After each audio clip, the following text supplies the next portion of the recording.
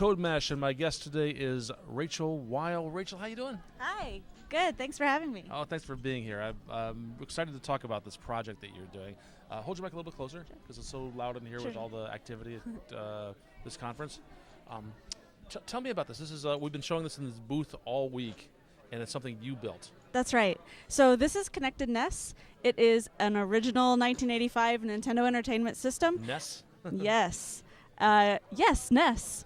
And so I've actually built a custom Wi-Fi modem for my NES. That's this right here. Yes, it is. Underneath here, right? Yeah, I made a little cozy for my Wi-Fi modem. As all modems should have a Wi-Fi cozy. But is it just for decoration? Yeah, just for decoration. Okay. And then I've also written a custom Twitter client, so you can actually tweet at my NES and see your tweets on the display here. So it's a mix of JavaScript, C, and 6502 assembly that all comes together. Say assembly language? Yeah, that's right. Crazy talk. Yep.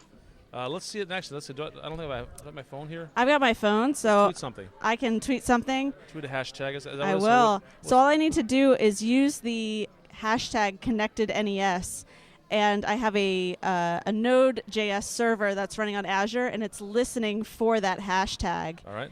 And I'm going to say, hi, David, and I'll hashtag it connected NES, and that will pop up on the screen in just a minute. It's actually quite fast.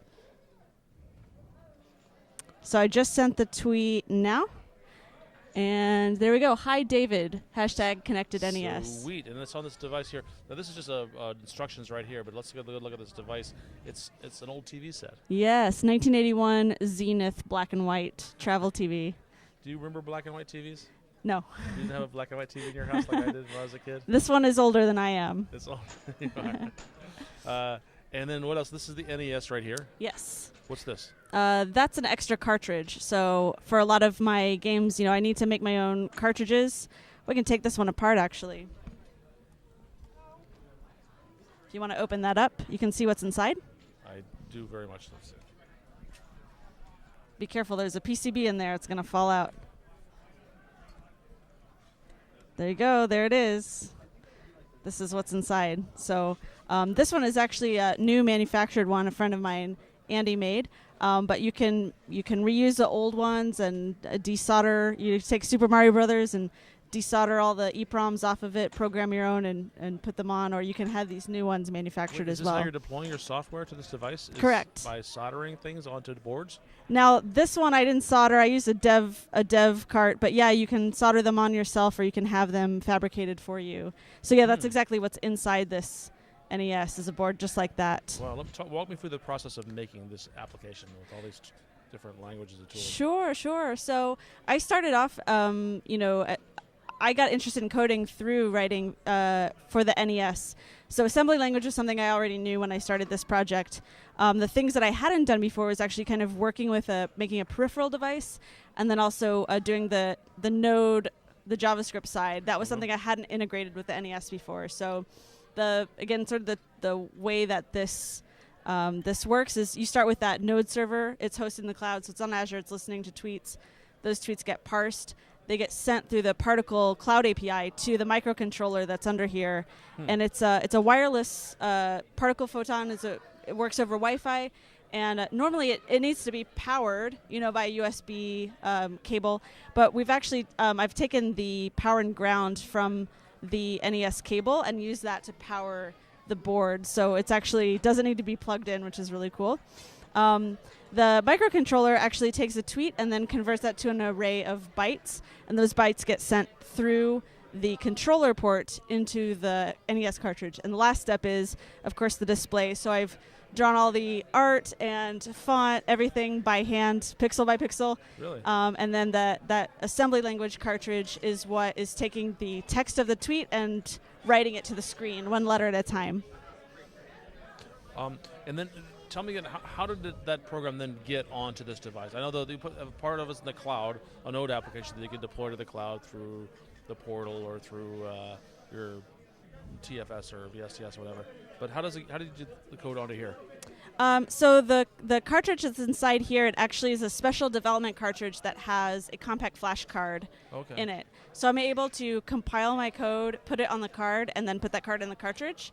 And that's really great for a really fast development cycle because you don't need to do the soldering and all of that. Now, I've done that before, where you'll take your code, you split it in half, you burn it to EEPROMs, and you solder it to boards. It's a pretty laborious process, especially if you're doing that every time you need to test, right? Not just deploy, but test. Yeah. So having a dev cart, not very iterative. Iterative. Exactly. So you said cartridge. That implies something that's portable. Does it come out? It looks just like this one. Okay. So if we take it out, it'll stop working, but it looks just like this. But you actually had to open this thing up and plug it in. Yes, exactly. Okay. Yep. All right. So this thing is just going to run one program, or do you have multiple programs? The development cart will actually let you choose between a menu of programs. So of course a compact flash card, even probably a 1 gigabyte card could probably store every NES game that ever came out. Most NES games are, they're going to be in the range of about 32 kilobytes. Oh, so that's a consideration, is that you can't have it too memory intensive. Yeah. So when you're making these old games, I think most of my games, I think connectedness is maybe around 32 to 48 kilobytes, somewhere in there. It's a very small game. So yeah, you certainly do have like memory constraints and graphic constraints and color constraints and things like that. Cool. You are sharing this information with others. Yes, how are you doing that? It's actually all open source. So I have this whole project on GitHub. My GitHub username is HXLNT, Hexcellent. We'll put a link to that. So you can find Connectedness project there.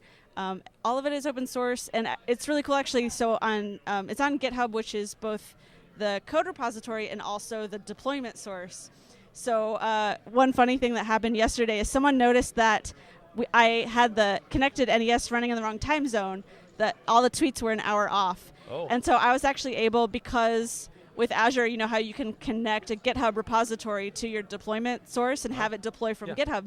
So I actually got out my phone and I went to GitHub and I made a quick change in the app.js, and Azure automatically redeployed it. Excellent. And it was redeployed to this in a couple minutes. So it was really cool. That's amazing. I don't recommend going into github.com to edit your source code. Like, that's not a good source control method. Yeah. But if you're in a fix and all you've got is a phone, you could actually change your server code. Wow. While I changed it while I was talking to them, so it was really awesome. Fair, this isn't like hooked to a heart and lung machine or a satellite that might fall out of the sky. Right, exactly. The cost of failure is kind of low.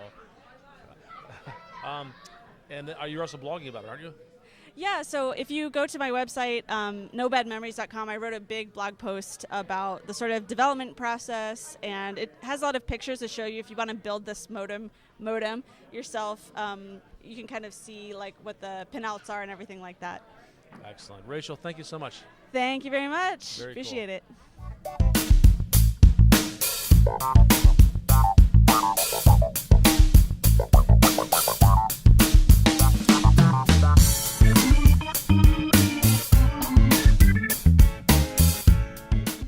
I think the reason that I became interested in technology was because I wanted to make new friends.